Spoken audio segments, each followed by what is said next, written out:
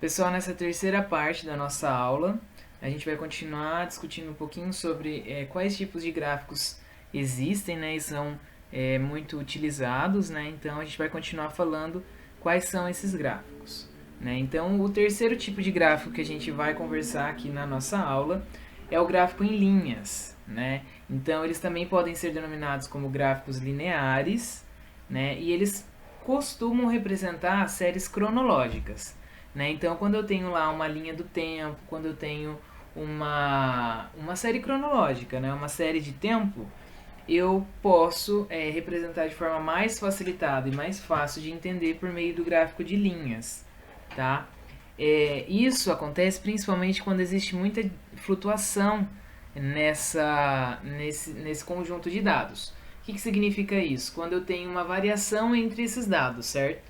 Então, por exemplo, é, eu tenho variação da temperatura temperatura máxima e mínima nos últimos 30 anos. Né? Então essa variação máxima ela chegou a 40, mas ela chegou a ser 20. Né? Então, assim, é uma variação muito grande, muito intensa. E todos os dias existe essa mudança. Tá? Então, nesse tipo de caso, eu tenho uma flutuação intensa na série e ela é uma série de tempo, né? Porque eu estou representando a temperatura ao longo do tempo.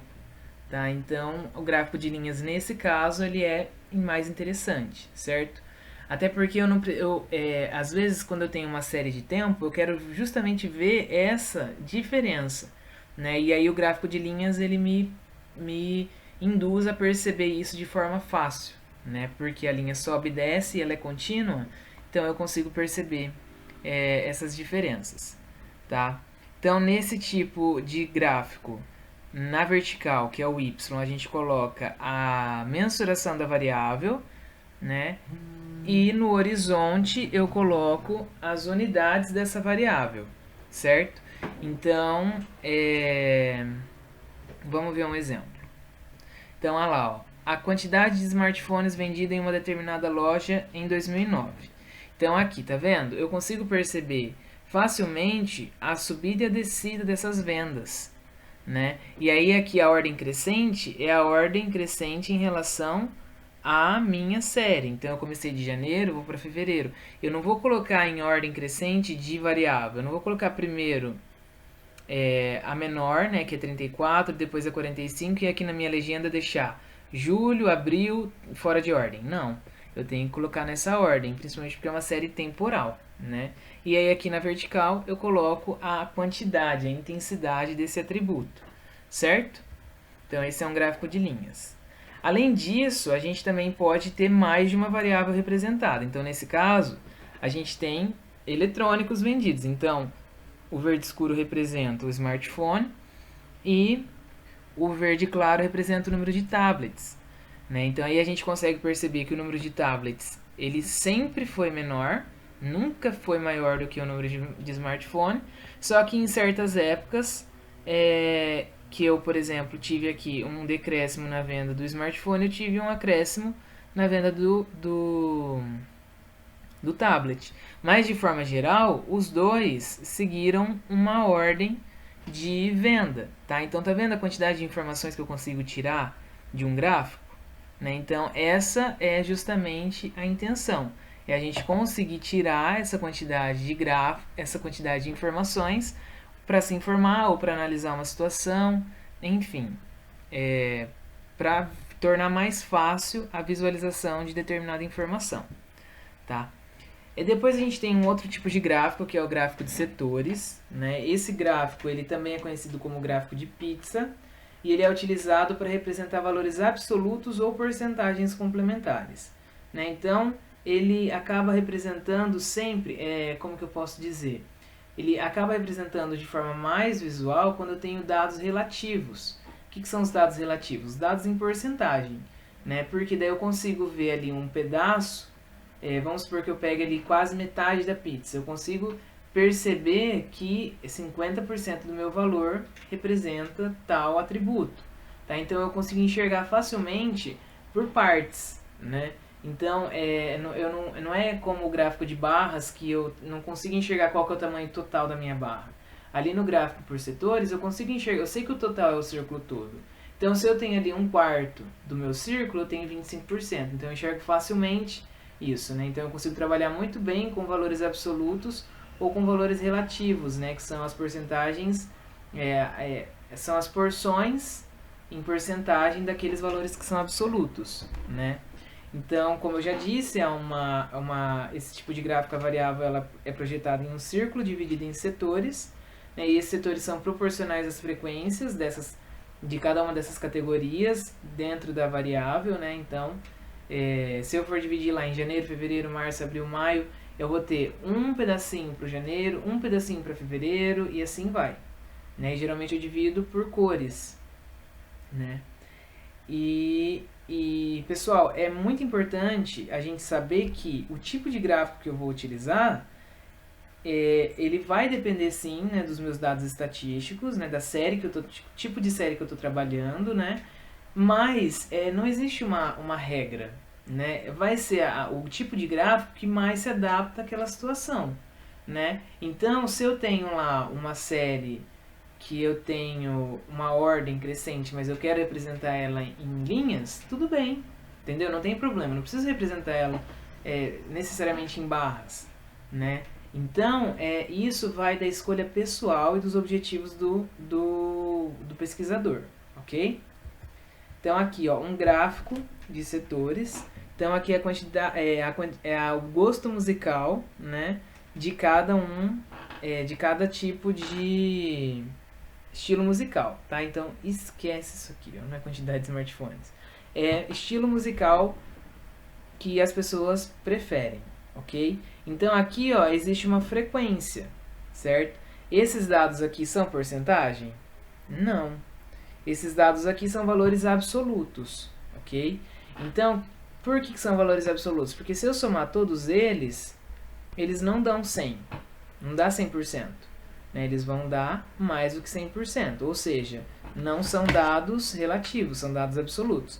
Então, de uma população, de uma quantidade de amostras, que equivale a 40, mais 32, mais 20, mais 18, mais 24, mais 12, mais 7. Então, de um total de 153 pessoas, 40 gostam de 40 gostam de sertanejo, certo? Esse 40 eu consigo perceber aqui, ó, que ele é quase que 1/4 do meu círculo. Então é aproximadamente 25%, certo? Então eu consigo ter essa noção do todo, né? Como eu tenho uma parte do todo, eu consigo ter essa noção do quanto ele equivale ao todo, certo? Então esse é o gráfico de setores. Depois a gente tem o diagrama de dispersão. O que é o diagrama de dispersão? É um gráfico com pares de dados. Então, eu sempre vou ter um X e um Y, certo?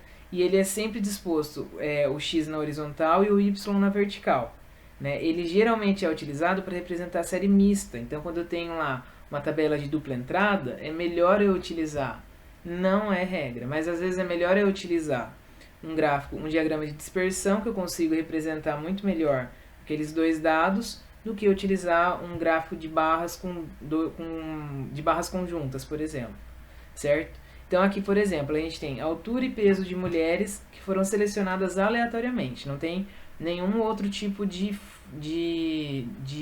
filtro, né? Basta ser mulher, eles pegaram os dados e fizeram esse gráfico, tá? Então aqui foi observado que, por exemplo, esse pontinho aqui, ó, o que significa esse pontinho? Se eu trouxer aqui no eixo X, ele me mostra o peso. Então, essa pessoa aqui, ela tem aproximadamente um pouco mais de 40 quilos e menos que 60 quilos. Aqui eu tenho 50, então vamos supor que ela tem aproximadamente 45 quilos, certo? E ela tem aqui, ó, se eu puxar para cá, se eu puxar retinho essa última bolinha, vai chegar ali mais ou menos no 1,5 metros, certo? Então, ela tem 1,5 m e um peso de 45 quilos, certo? Isso é um dado. Tá vendo que é um dado de dupla entrada? Por quê? Porque eu tenho peso e altura, certo? E então, com isso, eu consigo ter aqui, ó, cada bolinha dessa me representa uma amostra, certo? E aí eu consigo perceber que existe uma certa regularidade aqui, ó, quando eu tenho esse tipo de situação, esse tipo de aglomeração no meu gráfico, tá? Se eu tenho, por exemplo, um ponto disperso aqui, eu tenho o quê? Algo fora do padrão, tá? Então, ou eu tenho uma pessoa muito mais alta do que o comum, né? Ou eu tenho uma pessoa com mais peso ou menos peso que o comum, certo? Isso não significa que está certo ou errado, só significa que se existe um padrão definido e que muitas vezes existem alguns casos que estão fora do padrão. E esses casos que são fora do padrão, eles podem ser observados, enfim. Aí vai uma análise, tá? Esse tipo de diagrama, ele é muito utilizado em trabalhos acadêmicos, certo? Então, aí ele exige, a análise dele vai exigir um conhecimento técnico a respeito também do assunto, tá? Então, esse é um tipo de gráfico que ele é muito utilizado e, por vezes, ele me dá informações aí que são importantes, ok? Então, depois a gente tem os gráficos polares. O que são os gráficos polares? Eles são gráficos construídos sobre uma circunferência dividida em números de partes iguais. Então, ele não é um gráfico de setor, ele é um gráfico polar, tá? Geralmente, eles são utilizados para séries temporais cíclicas, né? Por exemplo, dados meteorológicos, temperatura, pressão atmosférica, precipitação, em um ciclo inteiro, que seria um ano, tá? Então, por exemplo, aqui, ó, a gente tem a precipitação pluviométrica para a cidade de Recife no ano de 1993. Então eu tenho esse círculo representa o quê? O meu ano inteiro, ó. Então é tipo um relógio, ó. Então eu tenho aqui janeiro, fevereiro, março, abril, maio, junho, julho, agosto, setembro, outubro, novembro, dezembro, tá? A precipitação, ela não é dada pelo círculo, ela é dada por esse desenho doido aqui, ó. Tá vendo que ele tem um desenho maluco aqui? E isso é o que? A precipitação. Como que eu interpreto esse gráfico? Deixa eu apagar aqui para não poluir. Mas como que eu interpreto esse gráfico? Aqui é o meu centro, né? Então, ó, daqui até aqui eu tenho 300 milímetros de precipitação pluviométrica, certo? Então, se ele tiver uma linha com esse tamanho aqui, batendo aqui, ele tem 300 milímetros de precipitação pluviométrica. Se ele bater bem aqui na circunferência, ele tem 1/3 disso, ou seja, ele tem 100 milímetros de precipitação, tá? Nesse caso aqui, ó, em janeiro, onde que ele está batendo?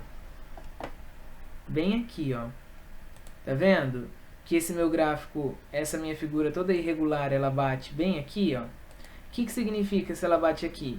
Que tem, se aqui é 100, pela escala aqui eu consigo ver que são 50 milímetros de precipitação, certo? Então, em janeiro, eu tive 50 milímetros de precipitação. Em fevereiro, que seria essa linha aqui, ó, ela bate quase no 100, ó. Ou seja, ela tem cerca de 90 milímetros de precipitação. Então, já choveu mais do que em janeiro. Aqui em março, choveu menos que em fevereiro, mas choveu tipo 60 milímetros. Em abril, ó, já começou a chover mais. Em abril, ultrapassou o meu círculo, que representa 100 milímetros de precipitação. Então, ele está aqui, ó, com mais ou menos 130 milímetros de precipitação. Em maio, dobrou o tamanho aqui do meu círculo. Se eu for comparar esse tamanho aqui, ó, daqui até aqui, eu tenho mais do que o dobro. Então, eu tenho mais de 200 milímetros de precipitação. Em junho, ó o tamanho dessa linha aqui, ó, até a origem. Então, eu tenho mais de 300 milímetros de precipitação. Em julho já foi diminuindo, agosto diminuiu um pouco mais, setembro ficou já numa época quase sem chuva, outubro, novembro, dezembro também, certo? Então, o que eu consigo perceber? Que aqui teve uma quantidade de chuva muito maior, muito mais concentrada do que aqui. Ou seja, de maio a agosto, chove muito mais do que de setembro a fevereiro, março, certo? Então, eu consigo tirar informações muito boas, né, de um gráfico como esse, por exemplo, que é o gráfico polar, né? Nesse caso, aí eu estou usando, então, usei esse gráfico polar justamente porque eu tenho a minha série temporal, ela é cíclica, né? Ela começa em janeiro e termina em dezembro. Janeiro e termina em dezembro. Se eu não tiver uma série cíclica, por exemplo, talvez não seja tão fácil representar, tá? Mas também é possível, ok? Por fim, pessoal, a gente tem os gráficos triangulares, né? Esses gráficos triangulares, eles representam 3 atributos simultaneamente. Justamente por ele ter 3 lados, cada um dos lados do triângulo representa um tipo de atributo, tá? Então ele pode ser utilizado para representar fenômenos de composição etária da população, de composição do solo, de estrutura fundiária, entre outros, né? Por quê? Porque são tipos de séries, tipos de fenômenos que são representados por 3 variáveis, tá? Então, por exemplo, aqui, ó, eu tenho aqui a estrutura fundiária, né? Então, eu tenho uma fazenda. Essa fazenda tem uma parte dela que é mata, uma parte dela que é lavoura, uma parte dela que é pastagem, certo? Então, aí, como que eu represento isso? Eu venho aqui, ó, um lado do triângulo são as matas, outro lado do triângulo são as lavouras, outro lado do triângulo são as pastagens, certo? Então, se eu tenho aqui, ó, aqui ele vai do 0 e chega a 100%. Então, quantos por cento eu tenho de mata? Ah, eu tenho 41%. Então, eu saio do zero e subo até chegar aqui, ó, no 41%. E faço o meu traço aqui. Tá vendo que o traço aqui, ó, de todas elas está na horizontal? Então, significa que se eu estou aqui, eu tenho que fazer um traço na horizontal, certo? Então, eu faço um traço na horizontal. Se eu tenho, depois eu vou ver a quantidade de lavouras. Ah, eu tenho 8% de lavoura. Então, eu saio do zero aqui, ó. Então, meu zero não está mais lá embaixo, meu zero está aqui. E vou subindo até 8%. Deu 8%, eu faço um traço como esse, ó. Tá vendo que tem um traço aqui, ó, nessa direção?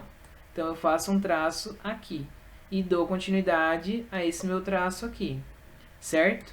Então, aqui, ó, eu já tenho um encontro entre a mata e a lavoura. Então, se eu tenho mata 41% e lavoura 8%, 41 mais 8% dá 49%. Então, o restante tem que ser de pastagem, que dá mais ou menos 51%. Então, eu venho aqui, ó, de 0, eu venho até o 51, e aí eu faço aqui, ó, um risco, seguindo esse risquinho aqui, ó, certo? E aí eu faço o meu risco e subo até aquele ponto. Então, aqui eu tenho o quê? A minha fazenda 1. Esse 1 representa a minha fazenda 1, que tem 41% de mata, 8% de lavoura e 51% de pastagem, certo? Então, isso aqui representa o quê? Uma fazenda que tem 3 tipos de variáveis, tá? Ah, eu quero saber a quantidade, eu quero saber a faixa etária das pessoas, daí eu tenho que dividir, então, em 3 faixas etárias. Vamos supor, de 0 a 20 anos, de 20 a 60 anos e de 60 a 100 anos, certo? E daí cada uma desses intervalos de faixa etária eu coloco em um lado do triângulo e aí eu consigo representar também um tipo de população, certo? Então, esse é o gráfico triangular, ok? Esse gráfico ele é um pouco mais raro de ser visto, né, por aí, mas ele também é uma possibilidade, ok? Então, pessoal, agora para o fórum, eu vou querer que vocês façam a construção de um gráfico, certo? Esse gráfico ele pode ser construído no Excel, esse gráfico ele pode ser construído à mão, tá? O importante é que vocês construam o gráfico e postem a foto desse gráfico ou o print da tela, né, ou o arquivo do Excel lá no fórum para mim, ok? Qualquer dúvida, eu estou à disposição, tá? E vocês podem me perguntar lá no fórum, ok? Até mais. Então, pessoal, um abraço.